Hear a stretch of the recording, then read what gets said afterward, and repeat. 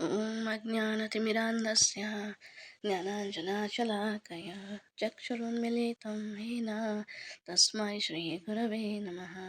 श्रीचैतन्यमनोभीष्टं स्थापितं येन भूतले स्वयं रूपा कदा मह्यं ददाति स्वपदान्तिकं। वन्देऽहं श्रीगुरो श्रीयुतापदकमलं श्रीगुरुं वैष्णवांश श्रीरूपं साग्रजातं सहगणरघुनाथान्वितं तं सजीवं साद्वैतं सावधूतं परिजनसहितं कृष्णचैतन्यदेवं श्रीराधाकृष्णपादं सहगणललिता श्रीविशाखान्वितांश्च। हे कृष्णकरुणा सिन्धो दीनबन्धो जगत्पते गोपेश गोपिकान्त राधाकान्त नमोऽस्तुते। तप्तकाञ्चना गौराङ्गी राधे श्रीवृन्दावनेश्वरी वृषभानुसुते देवी प्रणमामि हरिप्रिये। वाञ्छाकल्पतरुभ्यश्च कृपासिन्धुभ्यः एव च पतितानां पावनेभ्यो वैष्णवेभ्यो नमो नमः। जय श्रीकृष्ण चैतन्य प्रभु नित्यानन्द श्री अद्वैत गदाधर श्रीवासादि गौरभक्तवृन्द। हरे कृष्णा कृष्णा कृष्णा हरे हरे, हरे राम राम राम हरे हरे। नमो विष्णुपादाय कृष्णप्रेष्ठाय भूतले श्रीमते भक्तिवेदान्त स्वामिनिति नामिने।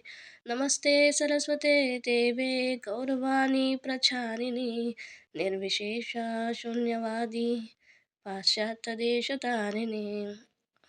मुखं करोति वाचालं पङ्गुं लङ्घयते गिरिं यत्कृपातमहं वन्दे श्रीगुरो दीनतारिणं परमानन्दमाधव श्रीचैतन्य ईश्वरं। हरि ओಂ ತತ್ಸತ್. ಹರೇ ಕೃಷ್ಣ. ಇವತ್ತಿನ ವಿಚಾರ ಬಂದು ಪುತ್ರದ ಏಕಾದಶಿ ಜಾನ್ವರಿ 10, 2025 ಪುತ್ರದ ಏಕಾದಶಿಯ ವ್ರತ ಇದೆ. ಸೊ ಈ ಏಕಾದಶಿಯ ಬಗ್ಗೆ ನಾವಿವತ್ತು ಚರ್ಚೆ ಮಾಡೋಣ. ಧರ್ಮಶಾಸ್ತ್ರದ ಪ್ರಕಾರ ಪ್ರತಿಯೊಬ್ಬ ಮನುಷ್ಯನ ಗುರಿ ಏನಪ್ಪ ಅಂತಂದರೆ ಭಗವದ್ಧಾಮವನ್ನು ಪ್ರಾಪ್ತಿ ಮಾಡ್ಕೊಳ್ಳೋದು. ಈ ವಿಚಾರ ಎಲ್ಲ ಭಕ್ತರಿಗೆ ತುಂಬ ಚೆನ್ನಾಗಿ ಗೊತ್ತಿದೆ. ಸೊ ಹಾಗಾಗಿ ಅವರು ಆ ಒಂದು ಪ್ರಯತ್ನವನ್ನು ಮಾಡ್ತಾ ಇರ್ತಾರೆ. ನಾವೆಲ್ಲರೂ ಅದೇ ಪ್ರಯತ್ನವನ್ನು ಮಾಡ್ತಾ ಇದ್ವಿ. ಒಂದಲ್ಲ ಒಂದು ದಿನ ನಮಗೆ ಭಗವದ್ಧಾಮಕ್ಕೆ ಹೋಗಬೇಕು, ಭಗವದ್ಧಾಮದ ಪ್ರಾಪ್ತಿ ಆಗಬೇಕು ಅಂತೇಳಿ ನಾವು ಎಲ್ಲ ವ್ರತಗಳನ್ನು ಪಾಲನೆಯನ್ನು ಮಾಡ್ತೀವಿ. ಇದು ಭಕ್ತರಿಗೆ ಬಹಳ ಈಸಿ. ಭಕ್ತರು ಭಗವದ್ಧಾಮಕ್ಕೆ ಹೋಗ್ತಕ್ಕಂಥ ಒಂದು ದೃಢ ನಿರ್ಧಾರವನ್ನು ಮಾಡಿರ್ತಾರೆ. ಸೊ ಹಾಗಾಗಿ ಅವರು ಎಲ್ಲ ಏಕಾದಶಿ ವ್ರತಗಳನ್ನು ಜಪ ತಪ ಎಲ್ಲ ರೀತಿಯ ತಪಸ್ಸನ್ನು ಮಾಡಿ ಭಗವದ್ಧಾಮಕ್ಕೆ ಹೋಗ್ತಾರೆ ಗುರುಗಳ ಕೃಪೆಯಿಂದ. ಆದರೆ ಭೌತಿಕ ಜಗತ್ತಿನಲ್ಲಿ ಬಂದಿಯಾಗಿರ್ತಕ್ಕಂಥ ಜೀವಿಗಳಿಗೆ ಹೇಗೆ ಭಗವಂತನ ಪ್ರಾಪ್ತಿಯಾಗತ್ತೆ? ಯಾಕೆಂದರೆ ಅವರಿಗೆ ವ್ರತ ಮಾಡೋದಕ್ಕೆ ಆಗೋದಿಲ್ಲ, ಕಷ್ಟ ಆಗುತ್ತೆ. ಜಪ ತಪ ಇವೆಲ್ಲವೂ ತುಂಬಾ ಕಷ್ಟ ಆಗುತ್ತೆ. ಅವ್ರಿಗೆ ಇದರೆಲ್ಲ ಯಾವುದರಲ್ಲೂ ಆಸಕ್ತಿ ಇಲ್ಲ. ಹಾಗಾದರೆ ಇವರು ಹಾಗೇ ಬಂಧಿಯಾಗೇ ಇರಬೇಕಾ? ಭಗವದ್ಧಾಮಕ್ಕೆ ಹೋಗೋದಕ್ಕೆ ಸಾಧ್ಯನೇ ಇಲ್ವಾ? ಭಗವಂತನ ಒಂದು ಸಾನ್ನಿಧ್ಯ ಸಾಧ್ಯವಿಲ್ವಾ? ಹಾಗಾದರೆ ಇವರು ಆ ಪಾಪಗಳಿಂದ ಮುಕ್ತಿಯ ಕತೆ ಹೇಗೆ? ಸೊ ಭಗವದ್ಗೀತೆಯಲ್ಲಿ ಭಗವಂತ ಹೇಳ್ತಾನೆ, ಪ್ರತಿಯೊಂದು ಜೀವಿಗಳು ನನ್ನ ಅಂದರೆ ಭಗವಂತನ ಶಾಶ್ವತವಾದಂಥ ಸನಾತನವಾದ ಅಂಶ. ನಾವೆಲ್ಲರೂ ಕೂಡ ಭಗವಂತನ ಶಾಶ್ವತವಾದಂತಹ ಅಂಶ. ನಮ್ಗೆ ಇವಾಗ ಒಂದು ಪ್ರಶ್ನೆ ಬರ್ಬೋದು, ನಾವು ಭಗವಂತನ ಅಂಶಗಳು ಮತ್ತು ಭಗವಂತನ ಮಕ್ಕಳಾದರೆ ನಮ್ಗೆ ಯಾಕೆ ಇಷ್ಟೊಂದು ಕಷ್ಟ ಬರುತ್ತೆ? ನಮಗೂ ಎಲ್ಲ ರೀತಿಯ ಸುಖವನ್ನು ಕೊಡ್ಬೋದಲ್ಲ. ಅಲ್ಲ, ಅವನ ಕೈಯಲ್ಲೇ ತಾನೇ ಇದೆ. ಭಗವಂತ ಮಾತ್ರ ಭಗವದ್ಧಾಮದಲ್ಲಿ ಆಕಾಶದಲ್ಲಿ ಆರಾಮಾಗಿರ್ತಾರೆ. ನಾವು ಮಾತ್ರ ಈ ಭೌತಿಕ ಜಗತ್ತಿನಲ್ಲಿ ನರಳ್ತಾನೆ ಇರಬೇಕು. ಹುಟ್ಟಂತೆ, ಸಾವಂತೆ, ರೋಗ ಅಂತೆ, ಇದು ಎಲ್ಲಾದ್ರೂ ನರಳ್ತಾನೆ ಇರಬೇಕು. ಅದು ಹೇಗೆ ನಮಗೆ ತಂದೆ ಆಗ್ತಾನೆ ಅಂತ ಈ ರೀತಿಯ ಪ್ರಶ್ನೆಗಳು ನಮಗೆ ಬರ್ಬೋದು. ಆ್ಯಕ್ಚುಲಾಗಿ ಭಗವಂತನನ್ನು ಅಗಲಿ ಬಂದವರು ನಾವು. ಭಗವಂತ ನೀನು ಹೋಗಪ್ಪ ಅಂತ ಕಳಿಸ್ಲಿಲ್ಲ. ಭಗವಂತ ನಮ್ಮನ್ನು ಯಾವತ್ತೂ ದೂರಲಿಲ್ಲ. ಭಗವಂತ ನಮ್ಮನ್ನು ತುಂಬ ಪ್ರೀತಿ ಮಾಡ್ತಾನೆ. ಸೊ ಭಗವಂತನನ್ನ ಬಿಟ್ಟು ಬಂದಿದ್ದು ನಾವು ಈ ಭೌತಿಕ ಏನು ಆ, ಪ್ರಪಂಚದಲ್ಲಿ ಎಂಜಾಯ್ ಮಾಡೋದಕ್ಕೆ, ಭಗವಂತನನ್ನ ಬಿಟ್ಟು ಎಂಜಾಯ್ ಮಾಡೋದಕ್ಕೆ. ಇದು ಅರ್ಥ ಆಗೋ ರೀತಿನಲ್ಲಿ ಹೇಳಬೇಕು ಅಂತಂದರೆ, ಇವಾಗ ಒಬ್ಬ ಶ್ರೀಮಂತನ ಮಗ ಹೆಲಿಕಾಪ್ಟ್ರಲ್ಲಿ ತನ್ನ ಅಸಿಸ್ಟೆಂಟ್ಸ್ ಜೊತೆ ಹೋಗ್ತಾ ಇದ್ದಾನೆ. ಎಲ್ಲ ಸುಮ್ಮನೆ ಹಾಗೆ ವಿಹಾರ ಮಾಡ್ತಾ ಇದ್ದಾನೆ, ಎಲ್ಲ ಕಡೆ ನೋಡ್ಕೊಂಡು ಹೋಗ್ತಾ ಇದ್ದಾನೆ. ಅವನಿಗೆ ಭೂಮಿ ಮೇಲ್ಗಡೆಯಿಂದ ತುಂಬ ಚೆನ್ನಾಗಿ ಕಾಣಿಸುತ್ತೆ, ಬೆಟ್ಟ ಗುಡ್ಡ, ಹೂಗಳು, ಪರ್ವತಗಳು, ನೀರು ತುಂಬ ಚೆನ್ನಾಗಿ ಕಾಣಿಸುತ್ತೆ ಮೇಲ್ಗಡೆಯಿಂದ ಹೋಗ್ಬೇಕಾದ್ರೆ. ಆಮೇಲೆ ಅವನಿಗೆ ಇಷ್ಟ ಆಗುತ್ತೆ, ಏನು ಒಂದ್ಸಲ ಅಲ್ಲೋಗಿ ಒಳಗಡೆ ಕಾಡೊಳಗಡೆ ಎಲ್ಲ ಸುತ್ತಾಡೋಣ ಅಂತ ಇಚ್ಛೆ ಆಗುತ್ತೆ. ಅವನೇನು ಮಾಡ್ತಾನೆ, ಲ್ಯಾಂಡ್ ಮಾಡ್ತಾನೆ ಒಂದು ಕಡೆ ಹೆಲಿಕಾಪ್ಟರ್ನ ಲ್ಯಾಂಡ್ ಮಾಡಿ ಈತ ಒಬ್ಬನೇ ಹೋಗ್ತಾನೆ ಕಾಡಲ್ಲಿ ಸುತ್ತಾಡೋದಕ್ಕೆ. ನೋಡೋಣ ಎಲ್ಲನೂ ಅಂತ ಎಲ್ಲ ಕಡೆ ಸುತ್ತಾಡ್ತಾನೆ. ಚೆನ್ನಾಗಿರುತ್ತೆ, ಪ್ರಾಣಿಗಳನ್ನ ನೋಡ್ತಾನೆ, ಹೂಗಳನ್ನ ನೋಡ್ತಾನೆ, ನೀರಲ್ಲಿ ಆಟ ಆಡ್ತಾನೆ, ಎಲ್ಲ ರೀತಿ ಎಂಜಾಯನ್ನು ಮಾಡ್ತಿರ್ತಾನೆ. ಆಮೇಲೆ ಬರುತ್ತೆ ಒಂದು ಸಿಂಹ ಅಥವಾ ಹುಲಿ, ಒಂದು ಭಯಂಕರವಾದ ಪ್ರಾಣಿ ಅವನ ತಿನ್ನೋದಕ್ಕೆ ಬರುತ್ತೆ ಅಟ್ಟಿಸ್ಕೊಂಡು. ಅವನೇನು ಮಾಡ್ತಾನೆ, ಭಯದಿಂದ ಓಡೋಗ್ತಾನೆ. ಅದು ಹಿಂದೆ ಓಡಿಸ್ಕೊಂಡು ಬರುತ್ತೆ, ಅವನು ಇನ್ನು ಮುಂದೆ ಹಾಗೆ ಫಾಸ್ಟಾಗಿ ಓಡೋಗ್ತಾನೆ. ಓಡ್ತಾ ಓಡ್ತಾ ಓಡ್ತಾ ಓಡ್ತಾ ಒಂದು ಮರಕ್ಕೆ ಹತ್ಕೊಳ್ತಾನೆ. ಅಪ್ಪ ಬಚಾವಾದೆ ಅನ್ನೋಷ್ಟರಲ್ಲಿ ಮರದ ಮೇಲೆ ಇರುತ್ತೆ ಒಂದು ದೊಡ್ಡ ಹೆಬ್ಬಾವಿರುತ್ತೆ. ಓಕೆ, ಅವನಿಗೆ ಇನ್ನೂ ಭಯ ಆಗುತ್ತೆ, ಹೆಬ್ಬಾವಿದೆ ಅಂತ ಕೆಳಗಡೆ ಜಂಪ್ ಮಾಡೋಣ ಅಂತ ನೋಡ್ತಾನೆ. ಅಲ್ಲಿ ಕೊಳ, ದೊಡ್ಡದೊಂದು ಕೊಳ. ಆ ಕೊಳದೊಳಗಡೆ ಏನಿದೆ, ಮೊಸಳೆ. ಬಾಯಿನ ಅಂದ್ಕೊಂಡು ನೋಡ್ತಾ ಇದೆ ಅವನಿಗೆ. ಕೆಳಗಡೆ ಬಿದ್ದರೆ ನಾನು ತಿಂದ್ಬಿಡ್ತೀನಿ ಅನ್ನೋ ರೀತಿಯಲ್ಲಿ ಫೋರ್ಸ್ ಕೊಡ್ತಾ ಇದ್ದೆ. ಓಕೆ, ನೀರಿನ ಮೇಲ್ಗಡೆ ಇಲ್ಲಿ ಸಿಂಹ, ಕೆಳಗಡೆ ಬಾ ಜಲ್ದಿ ನಾನು ತಿನ್ನಬೇಕು ಅಂತ ಇಲ್ಲಿ ಸಿಂಹ ಕಾಯ್ತಾ ಇದೆ. ಮೇಲ್ಗಡೆ ಹಾವು, ಹೆಬ್ಬಾವಿದೆ.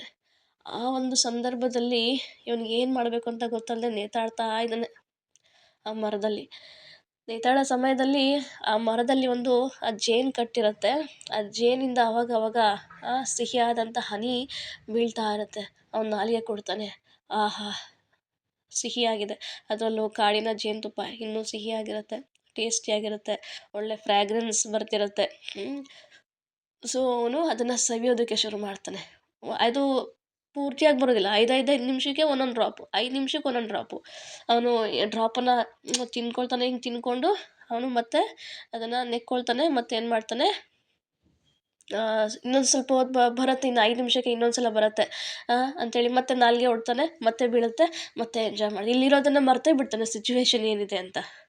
ಅವ್ನ ಸಿಚುವೇಶನ್ ಕಂಡುಬಿಟ್ರೆ, ಸಿಚುವೇಶನ್ ಹೇಗಿದೆ, ತುಂಬ ಭಯಂಕರವಾಗಿದೆ ಅವನ ಸಿಚುವೇಶನ್ನು. ಆ ಒಂದು ಸಂದರ್ಭದಲ್ಲಿ ಹೆಲಿಕಾಪ್ಟರಿಂದ ಅವನ ಅಸಿಸ್ಟೆಂಟ್ ಏನಿದ್ದ ಅವನು ಹುಡ್ಕೊಂಡು ಬರ್ತಾನೆ. ಎಲ್ಲಿ ಮಗು ತಪ್ಪಿಸ್ಕೊಂಬಿಟ್ಟಿದ್ದೆ, ಹುಡುಗ ತಪ್ಪಿಸ್ಕೊಂಬಿಟ್ಟಿದ್ದೆ ಅಂತ ಹುಡ್ಕೊಂಡು ಬರ್ತಾನೆ. ಫೈನಲ್ ಆಗಿ ಸಿಗ್ತಾನೆ, ಅಲ್ಲಿ ಜೋತಾ ಆಡ್ತಿರ್ತಾನೆ ಮರದಲ್ಲಿ.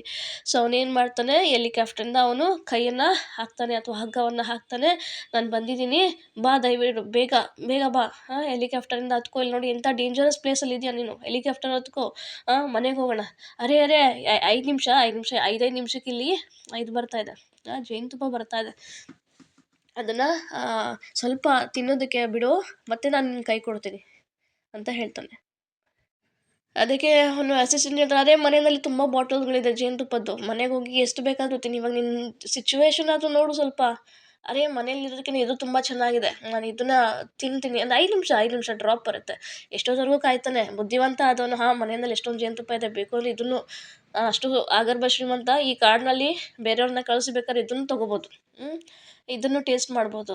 ಫಸ್ಟ್ ಇವಾಗ ಈ ಸಿಚುವೇಶನಿಂದ ಅದು ಏನು ಫಸ್ಟ್ ಹೋಗೋಣ, ತಪ್ಪಿಸ್ಕೊಳ್ಳೋಣ ಅಂತೇಳಿ ಬುದ್ಧಿವಂತ ಏನು ಮಾಡ್ತಾನೆ, ಇಮ್ಮಿಡಿಯೇಟಾಗಿ ಕೈ ಕೊಟ್ಟು ವಾಪಸ್ಸು ತನ್ನ ಮನೆಗೆ ಹೋಗ್ತಾನೆ.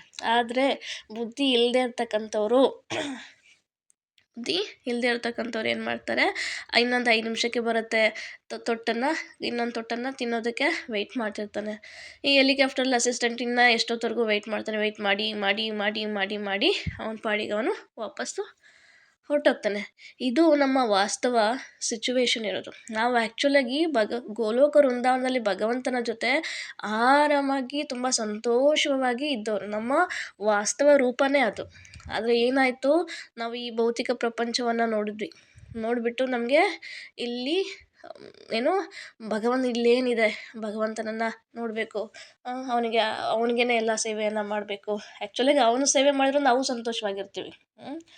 ಅದಕ್ಕೆ ಭಗವದ್ಗೀತೆ ಡೀಟೇಲಾಗಿ ಓದಿದ್ರೆ ಅದರಲ್ಲಿ ಯಾವ ರೀತಿ ಭಗವಂತನ ಸೇವೆಯಿಂದ ನಾವು ಸಂತೋಷವಾಗಿರ್ತೀವಿ ಇದೆಲ್ಲ ಡೀಟೇಲಾಗಿ ಅದರಲ್ಲಿದೆ ಭಗವದ್ಗೀತೆನಲ್ಲಿ.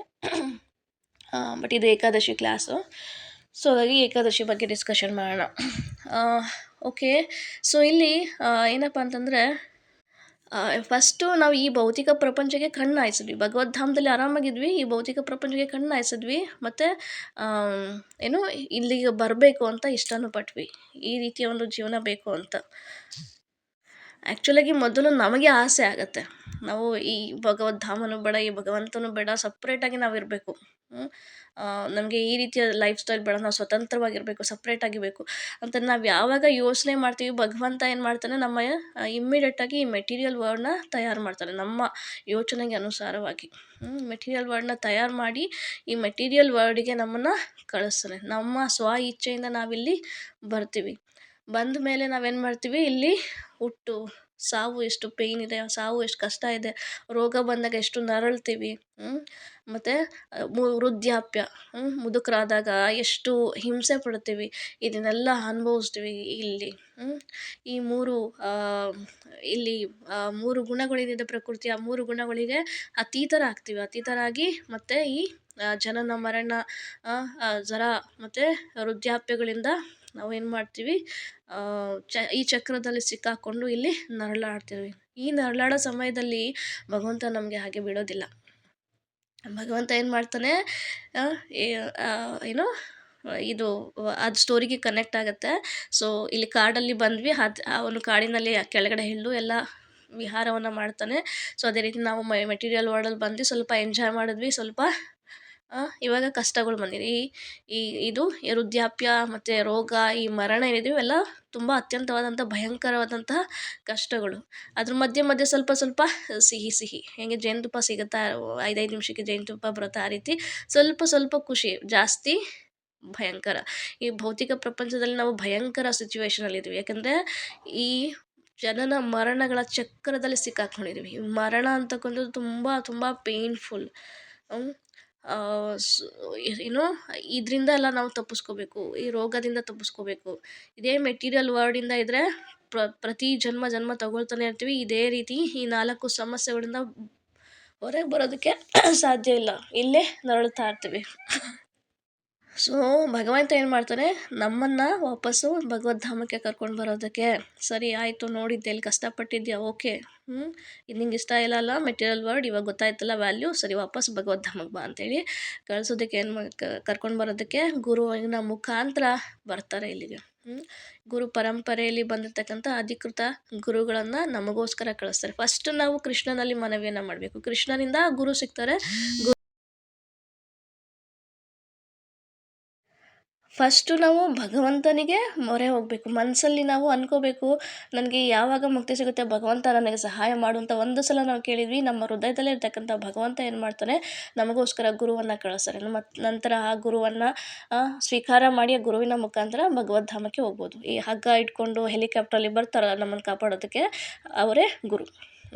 ಕರ್ಕೊಂಡು ಹೋಗೋದಕ್ಕೆ ಮಾಡ್ತಾರೆ. ಬುದ್ಧಿವಂತ ಆದವರು ಗುರುವಿಗೆ ಶರಣಾಗತರಾಗಿ ಗುರುವಿನ ವಾಕ್ಯವನ್ನು ಪಾಲನೆ ಮಾಡಿ ವಾಪಸ್ ಭಗವದ್ಧಾಮಕ್ಕೆ ಹೋಗ್ತಾರೆ. ಬುದ್ಧಿವಂತರಲ್ಲದೇ ಇರೋರು ಆ ಹುಡುಗ ಮಾಡಿರ್ತಕ್ಕಂಥ ತಪ್ಪು, 5 ನಿಮಿಷಕ್ಕೂ ಜೇನುತುಪ್ಪ ಬರುತ್ತೆ, ತಿಂದು ಒಂದ್ಸಲ ಕೆಳಗಡೆ ಬಿದ್ದು ಡುಬ್ಬಂತ ದೇಹ ತ್ಯಾಗವನ್ನು ಮಾಡಬೇಕಾಗತ್ತೆ. ಸೊ ಇವಾಗ ನಾವೇನಾದರೂ ಗುರುವನ್ನು ಸ್ವೀಕಾರ ಮಾಡಿಲ್ಲ ಅಂದರೆ ಏನಾಗುತ್ತೆ, ಈ ಭೌತಿಕ ಪ್ರಪಂಚದಲ್ಲೇ ಒದ್ದಾಡಿಕೊಂಡು ಮತ್ತೆ ಸಾಯ್ತೀವಿ. ಮತ್ತು ಇನ್ನೊಂದು ಜನ್ಮ ಬರುತ್ತೆ, ಅದನ್ನು ಪ್ರಾಣಿ ಜನ್ಮ ಬರುತ್ತೋ ಮನುಷ್ಯ ಜನ್ಮ ಬರುತ್ತೋ ಗೊತ್ತಿಲ್ಲ, ಮತ್ತು ಇನ್ನೊಂದು ಜನ್ಮವನ್ನು ತಗೊಳ್ತೀವಿ. ಹಾಗಾಗಿ ದಾಸರು ಹೇಳ್ತಾರೆ, ಮನುಷ್ಯರ ಜನ್ಮ ಬಹಳ ಶ್ರೇಷ್ಠ, ಅದನ್ನು ಹಾಳು ಮಾಡಿಕೊಳ್ಳದಿರೋ ಹುಚ್ಚಪ್ಪಂದಿರ ಅಂತ ಹೇಳ್ತಾರೆ. ಈ ಮನುಷ್ಯ ಜನ್ಮದಲ್ಲಿ ಮಾತ್ರ ನಾವು ಭಗವದ್ಧಾಮಕ್ಕೆ ಹೋಗೋದಕ್ಕೆ ಸಾಧ್ಯ. ಈ ಮನುಷ್ಯ ಜನ್ಮದಲ್ಲಿ ಮಾತ್ರ ನಾವು ಭಗವದ್ಧಾಮವನ್ನು ಪ್ರಾಪ್ತಿ ಮಾಡ್ಕೊಳ್ಳೋದಕ್ಕೆ ಸಾಧ್ಯ. ಯಾಕಂದರೆ ಪ್ರಾಣಿಗಳು ಭಗವದ್ಧಾಮಕ್ಕೆ ಹೋಗ್ಬೇಕಾದಂಥ ಈ ಪ್ರಕ್ರಿಯೆ ಏನಿದೆ, ಸಾಧನೆ ಏನಿದೆ, ಅದನ್ನು ಅಥವಾ ಈ ಶಾಸ್ತ್ರವನ್ನು ಅರ್ಥ ಮಾಡ್ಕೊಳ್ಳೋಷ್ಟು ಶಕ್ತಿ, ಅಥವಾ ಜಪ ತಪ ಮಾಡ್ತಕ್ಕಂಥ ಶಕ್ತಿ, ಅಥವಾ ವ್ರತಗಳನ್ನು ಪಾಲನೆ ಮಾಡ್ತಕ್ಕಂಥ ಶಕ್ತಿ ಪ್ರಾಣಿಗಳಿಗೆ ಅಷ್ಟು ಇಲ್ಲ. ಬಟ್ ಮಾನವ ಜನ್ಮ ತುಂಬ ಶ್ರೇಷ್ಠವಾದಂತಹ ಜನ್ಮ. ಯಾಕೆ ಅಂದರೆ ಇದೊಂದೇ ದಾರಿ ಮನುಷ್ಯ ಜನ್ಮವನ್ನು ಪಡ್ಕೊಂಡ್ಮೇಲೆ ಎಲ್ಲ ವ್ರತಗಳನ್ನು ಪಾಲನೆಯನ್ನು ಮಾಡಿ, ನಮಗೆ ಏನು ಗುರುಗಳ ವಾಕ್ಯವನ್ನು ಪಾಲನೆಯನ್ನು ಮಾಡಿ ನಾವು ಭಗವದ್ಧಾಮಕ್ಕೆ ಹೋಗಬೇಕು. ಓಕೆ, ವೈಷ್ಣವ ಆಚಾರ್ಯರಲ್ಲಿ ವೃಂದಾವನದ ಪ್ರಮುಖ ಗೋಸ್ವಾಮಿಗಳಲ್ಲಿ ಒಬ್ಬರಾದಂಥ ಶ್ರೀಲ ರೂಪ ಗೋಸ್ವಾಮಿ ಅವರು ಭಕ್ತಿ ರಸಾಮೃತ ಸಿಂಧು ಅಂತಕ್ಕಂಥ ಅವರ ಒಂದು ಗ್ರಂಥದಲ್ಲಿ 64 ರೀತಿಯ ಭಕ್ತಿಯ ವಿಧಾನಗಳನ್ನು ಅವರು ವಿವರಿಸ್ತಾರೆ. 64 ರೀತಿ ಭಕ್ತಿ ವಿಧಾನಗಳಿದೆ ಭಗವದ್ಧಾಮಕ್ಕೆ ಹೋಗೋದಕ್ಕೆ. ಅದರಲ್ಲಿ ಒಂದು ಏಕಾದಶಿ ವ್ರತ. ಬರೀ ಕೇವಲ ಏಕಾದಶಿ ವ್ರತವನ್ನು ಕಟ್ಟುನಿಟ್ಟಾಗಿ ಪಾಲನೆ ಮಾಡುವುದರ ಮುಖಾಂತರ ಭಗವತ್ ಪ್ರೇಮವನ್ನು ನಾವು ಪಡಿಬೋದು. ಏಕಾದಶಿ ವ್ರತವನ್ನು ಪಾಲನೆ ಮಾಡೋದ್ರ ಮುಖಾಂತರ ಮನುಷ್ಯನ ಸಹಸ್ರ ಜನ್ಮಗಳ ಪಾಪದಿಂದ ಅವನು ಮುಕ್ತನಾಗ್ತಾನೆ. ಮತ್ತು ಅವನ ಹೃದಯದಲ್ಲಿ ಏನಾಗುತ್ತೆ, ಭಗವದ್ ಪ್ರೇಮದ ಒಂದು ಉತ್ಪನ್ನ ಆಗುತ್ತೆ. ಮತ್ತು ಅಂದರೆ ಏನು, ಭಕ್ತಿಯ ಉದಯ ಆಗುತ್ತೆ ಅವನ ಹೃದಯದಲ್ಲಿ. ಏಕಾದಶಿ ವ್ರತವನ್ನು ಮಾಡಿದ್ರೆ ಭಕ್ತಿಯ ಉದಯ ಆಯಿತು ಅಂತಂದರೆ ಏನು, ಭಗವಂತನ ಭಕ್ತಿ ಸೇವೆಯನ್ನು ಮಾಡೋದಕ್ಕೆ ನಮಗೆ ಮನಸ್ಸು ಬರುತ್ತೆ. ಆವಾಗ ಏನು ಮಾಡ್ಬೋದು, ಈಸಿಯಾಗಿ ಭಗವದ್ಧಾಮಕ್ಕೆ ನಾವು ಕೂಡ ಹೋಗ್ಬೋದು. ಎಲ್ಲ ಬೇರೆ ಬೇರೆ ರೀತಿಯ ವ್ರತಗಳಿದ್ದಾವೆ. ಸೊ ಈ ಎಲ್ಲ ವ್ರತದಲ್ಲಿ ಮಾಡ್ತಕ್ಕಂಥ ಉಪವಾಸ ಇರ್ಬೋದು ಅಥವಾ ದಾನ ಮಾಡ್ತಕ್ಕಂಥದ್ದು ಇರ್ಬೋದು, ಈ ಎಲ್ಲವೂ ಕೂಡ ಕೇವಲ ಏಕಾದಶಿಯನ್ನು ಮಾಡೋದ್ರ ಮುಖಾಂತರ ಎಲ್ಲ ಫಲಗಳು ನಮಗೆ ಪ್ರಾಪ್ತಿಯಾಗುತ್ತೆ ಕೇವಲ ಏಕಾದಶಿಯನ್ನು ಮಾಡೋದ್ರಿಂದ. ಏಕಾದಶಿಯ ವ್ರತವನ್ನು ಮಾಡಿದ್ರೆ ಬೇರೆ ಯಾವ ವ್ರತವನ್ನು ಮಾಡ್ತಕ್ಕಂಥ ಅವಶ್ಯಕತೆ ಇಲ್ಲ. ಏಕಾದಶಿ ವ್ರತವನ್ನೇ ಅತ್ಯವಶ್ಯಕವಾಗಿ ನಾವು ಮಾಡಲೇಬೇಕು. ಬೇರೆ ದಾರಿನೇ ಇಲ್ಲ ಮನುಷ್ಯರಿಗೆ. ಏಕಾದಶಿಯ ಬಗ್ಗೆ ಇನ್ನೂ ಕೆಲವೊಂದು ಅಷ್ಟು ವಿಡಿಯೋಗಳನ್ನ ಮಾಡಿದ್ದೀವಿ. ದಯವಿಟ್ಟು ಅದನ್ನು ಕೇಳಿದ್ರೆ ತುಂಬ ಅನುಕೂಲ ಆಗುತ್ತೆ. ಮುಂದಿನ ಏಕಾದಶಿಯ ಕಥೆಗಳನ್ನು ಕೇಳಿದಾಗ ನಿಮಗೆ ಸ್ವಲ್ಪ ಅರ್ಥ ಆಗುತ್ತೆ. ಹಿಂದಿನ ಏಕಾದಶಿ ಕಥೆಗಳನ್ನು ಕೇಳಿಲ್ಲ ಅಂತಂದರೆ, ಅಥವಾ ಏಕಾದಶಿನ ಡೀಟೇಲಾಗಿ ಹೇಳಿದ್ವಿ, ಏಕಾದಶಿಯನ್ನು ಯಾಕೆ ಮಾಡಬೇಕು, ಅದರಿಂದ ಏನು ಪ್ರಯೋಜನ ಆಗುತ್ತೆ, ಮತ್ತು ಏನು ತಿನ್ನಬೇಕು ಏನು ತಿನ್ನಬಾರ್ದು ಏಕಾದಶಿಯ ದಿನ. ಸೊ ಈ ರೀತಿ ಆಲ್ಮೋಸ್ಟ್ ಎಲ್ಲ ಡೀಟೇಲ್ಸನ್ನು ಹಿಂದಿನ ಸಂಚಿಕೆಗಳಲ್ಲಿ ನಾವು ಕೊಟ್ಟಿದ್ದೀವಿ. ದಯವಿಟ್ಟು ಅದನ್ನು ಕೇಳಿ. ಇದರಲ್ಲಿ ಜಸ್ಟ್ ನಾವು ಏನು ತಿನ್ನಬೇಕು ಅದೆಲ್ಲ ಡೀಟೇಲಾಗಿ ಈ ವಿಡಿಯೋದಲ್ಲಿ ಇಲ್ಲ. ಓಕೆ, ಬ್ರಹ್ಮ ವೈವರ್ತಕ ಪುರಾಣದಲ್ಲಿ ಹೇಳೋ ಪ್ರಕಾರ ಈ ಪೌಷ ಮಾಸ ಮತ್ತು ಶುಕ್ಲ ಪಕ್ಷದಲ್ಲಿ ಬರ್ತಕ್ಕಂಥ ಪುತ್ರದ ಏಕಾದಶಿಯ ವ್ರತವನ್ನು ಪಾಲನೆ ಮಾಡೋದ್ರಿಂದ ಪೂರ್ವ ಜನ್ಮದ ಎಲ್ಲ ಪಾಪಗಳಿಂದ ಮುಕ್ತಿ ಸಿಗುತ್ತೆ.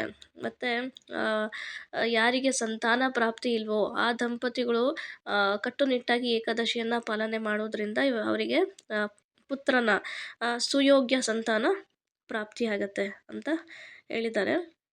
ಮತ್ತು ಭವಿಷ್ಯೋತ್ತರ ಪುರಾಣದಲ್ಲಿ ಯುಧಿಷ್ಠಿರ ಮಹಾರಾಜರು ಕೃಷ್ಣನನ್ನು ಪ್ರಶ್ನೆ ಮಾಡ್ತಕ್ಕಂಥ ಒಂದು ಸನ್ನಿವೇಶ ಇದೆ, ಸಂದರ್ಭ ಇದೆ. ಅಲ್ಲಿ ಯುಧಿಷ್ಠಿರ ಮಹಾರಾಜರು ಕೃಷ್ಣನಿಗೆ ಪ್ರಶ್ನೆಯನ್ನು ಮಾಡ್ತಾರೆ, ಭಗವಂತ ಕೃಷ್ಣ,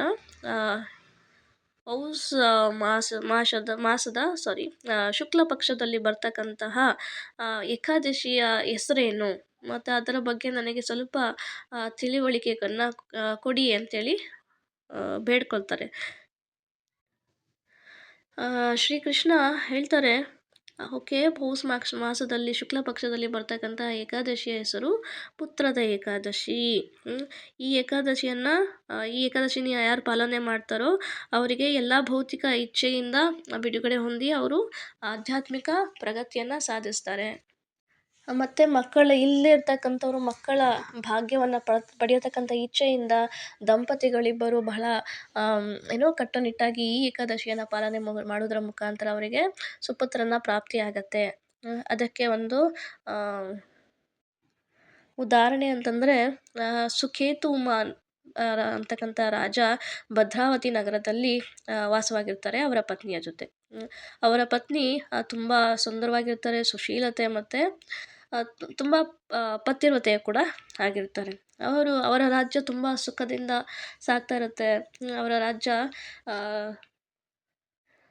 ಎಲ್ಲ ರೀತಿಯ ಸುಖ, ಸಮೃದ್ಧಿ, ಧನ ಮತ್ತು ದಾನದಿಂದ ತುಂಬಿರುತ್ತೆ. ಹೀಗೆ ಎಲ್ಲರೂ ಚೆನ್ನಾಗಿರ್ತಾರೆ. ಆದರೆ ಸಂತೋಷವಾಗಿರ್ತಾರೆ. ಬಟ್ ಆ ಒಂದು ದಂಪತಿಗಳಿಗೆ ಅಂದರೆ ರಾಜ ಮತ್ತು ರಾಣಿಗೆ ಮಗು ಇರೋದಿಲ್ಲ.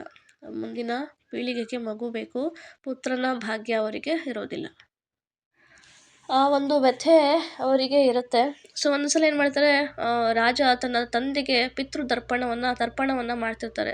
ಗಂಡ ಹೆಂಡತಿ ಇಬ್ಬರು ಪಿತೃತರ್ಪಣವನ್ನು ಮಾಡುವಾಗ ಅವರಿಗೆ ಯೋಚನೆ ಬರುತ್ತೆ, ನನಗೆ ಪಿತೃತರ್ಪಣವನ್ನು ಮಾಡೋರು ಯಾರೂ ಇಲ್ವಲ್ಲ ಅಂತ. ಪುತ್ರರ ಬಿನ ಈ ಏನು ಈ ವೈವಾಹಿಕ ಜೀವನ ಏನಿದೆ ಅದು ವ್ಯರ್ಥ. ರಾಜ ಅನ್ಕೊಳ್ತಾರೆ, ಪುತ್ರರ ಬಿನ ಈ ವೈವಾಹಿಕ ಜೀವನ ವ್ಯರ್ಥ ಆಗುತ್ತೆ. ಪುತ್ರನ ಅನುಪ ಪುತ್ರನ ಅನುಪಸ್ಥಿತ ಪುತ್ರನ ಅನುಪಸ್ಥಿತ ಸ್ಥಿತಿಯಲ್ಲಿ ವ್ಯಕ್ತಿ ಅವನ ಪುತ್ರ ಋಣದಿಂದ ಮುಕ್ತಿ ಹೊಂದೋದಕ್ಕೆ ಸಾಧ್ಯನೇ ಇಲ್ಲ. ಒಬ್ಬ ಮಗನನ್ನು ಏನು ಪುತ್ರನಾಗಿ ಪಡೆಯೋದಕ್ಕೆ ಅವರು ಎಷ್ಟು ಜನ್ಮಗಳಿಂದ ವಿಷ್ಣುವಿನ ಆರಾಧನೆಯನ್ನು ಮಾಡ್ತಿರ್ತಾರೆ ಒಬ್ಬ ಪುತ್ರನ ಪ್ರಾಪ್ತಿಗೆ. ಆದರೆ ನಾನು ಎಲ್ಲ ರೀತಿಯ ಪೂಜೆ ಪುನಸ್ಕಾರಗಳನ್ನು ವ್ರತಗಳನ್ನು ಮಾಡಿದರೂ ಕೂಡ ನನಗೆ ಸಂತಾನ ಪ್ರಾಪ್ತಿ ಇಲ್ಲ. ನಾನು ಎಷ್ಟು ಪಾಪಿ ಅಂತ ಅಂದ್ಕೊಂಡು ತುಂಬ ವ್ಯಥೆಯನ್ನು ಪಡೆದಿರ್ತಾನೆ, ತುಂಬ ದುಃಖಿಯಾಗಿರ್ತಾನೆ, ಬಹಳ ದುಃಖಿಯಾಗಿರ್ತಾನೆ ರಾಜ. ಈ ಒಂದು ಸಂದರ್ಭದಲ್ಲಿ ಅವನೇನು ಮಾಡ್ತಾನೆ, ಯಾರಿಗೂ ಹೇಳದೆ ರಾಜ್ಯವನ್ನು ಬಿಟ್ಟು ಒಂದು ಕುದುರೆ ಮೇಲೆ ಕೂತ್ಕೊಂಡು ಅವನು ಹಾಗೆ ಒಂದು ಕಾಡಿನ ಒಳಗಡೆ ಪ್ರವೇಶವನ್ನು ಮಾಡ್ತಾನೆ. ಕಾಡಿನ ಒಳಗಡೆ ಪ್ರವೇಶ ಮಾಡಿದಾಗ ಅಲ್ಲೂ ಕೂಡ ಕುಟುಂಬವನ್ನು ನೋಡ್ತಾನೆ. ಅಂದರೆ ಈ ಪಕ್ಷಿಗಳು, ಪ್ರಾಣಿಗಳು ಅವರದೇ ಆದಂಥ ಒಂದು ಸಣ್ಣ ಚಿಕ್ಕ ಕುಟುಂಬದಲ್ಲಿ ಗಂಡ ಹೆಂಡತಿ ಮಕ್ಕಳು ಸಂತೋಷವಾಗಿ ವಾಸ ಮಾಡೋದನ್ನು ನೋಡಿ ಇನ್ನೂ ದುಃಖಿ ಆಗ್ತಾನೆ. ಸೊ ಹೀಗೆ ಅಲ್ದಾಡ್ತಾ ಕಾಡಲ್ಲಿ ಅವನಿಗೆ ತುಂಬ ಬಾಯಾರಿಕೆ ಆಗುತ್ತೆ, ಹಸಿವಾಗುತ್ತೆ. ಮತ್ತು ಅಲ್ಲೇ ಕೊಳವನ್ನು ಹುಡುಕ್ತಾನೆ.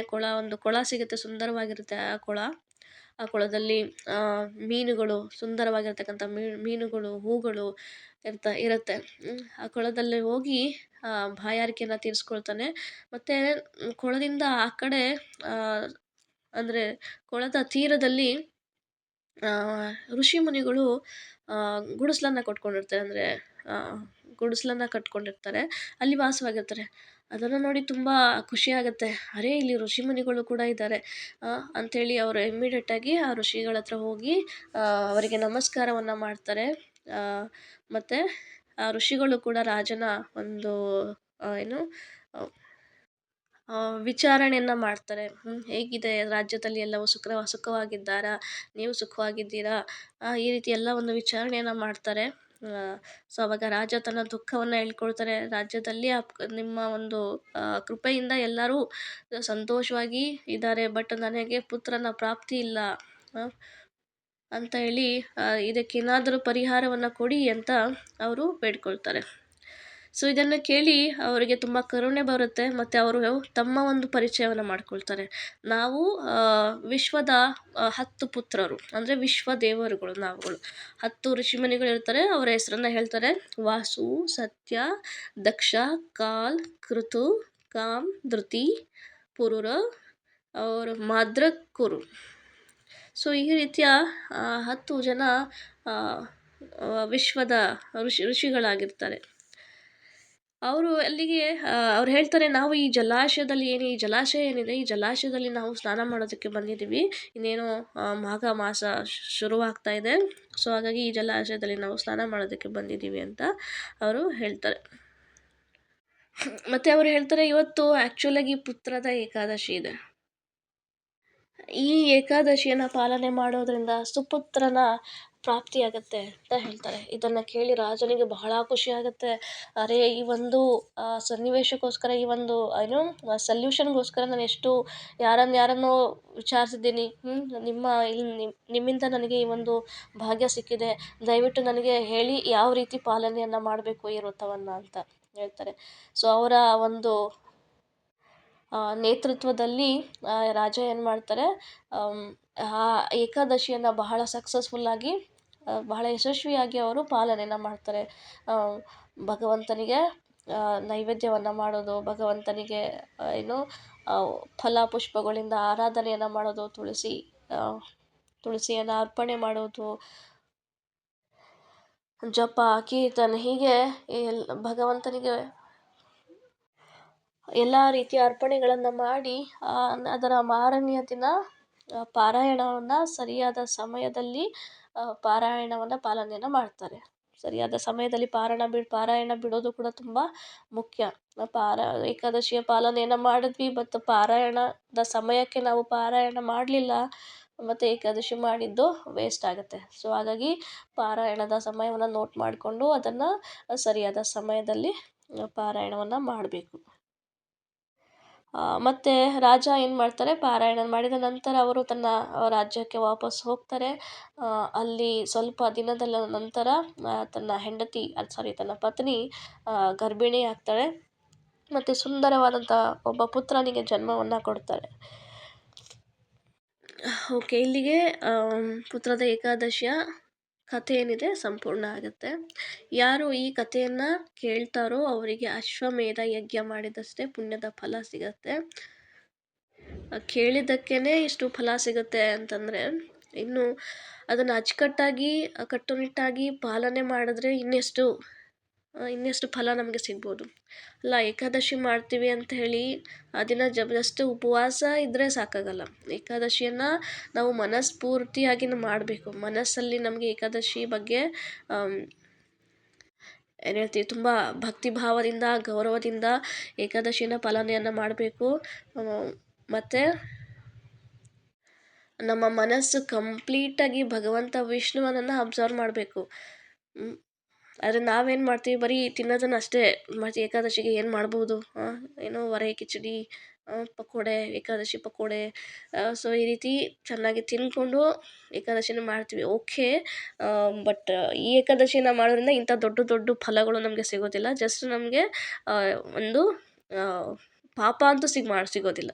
ಏಕಾದಶಿ ಯಾರು ಮಾಡೋದಿಲ್ವೋ ಅವರಿಗೆ ಪಾಪ ಅಂತೂ ಸಿಗುತ್ತೆ. ಅನ್ನ ತಿಂದವರಿಗೆ ಆ ದಿನ ಪಾಪ ಸಿಗುತ್ತೆ. ಅದು ಯಾವ ರೀತಿಯ ಪಾಪ, ಬ್ರಹ್ಮಹತ್ಯೆ ಮಾಡಿದ್ರೆ ಏನು ಶಿಕ್ಷೆ ಇದೆಯೋ ಆ ಶಿಕ್ಷೆ ಏಕಾದಶಿಯನ್ನು ಯಾರು ಪಾಲನೆ ಮಾಡೋದಿಲ್ವೋ ಅವ್ರಿಗೆ ಸಿಗತ್ತೆ.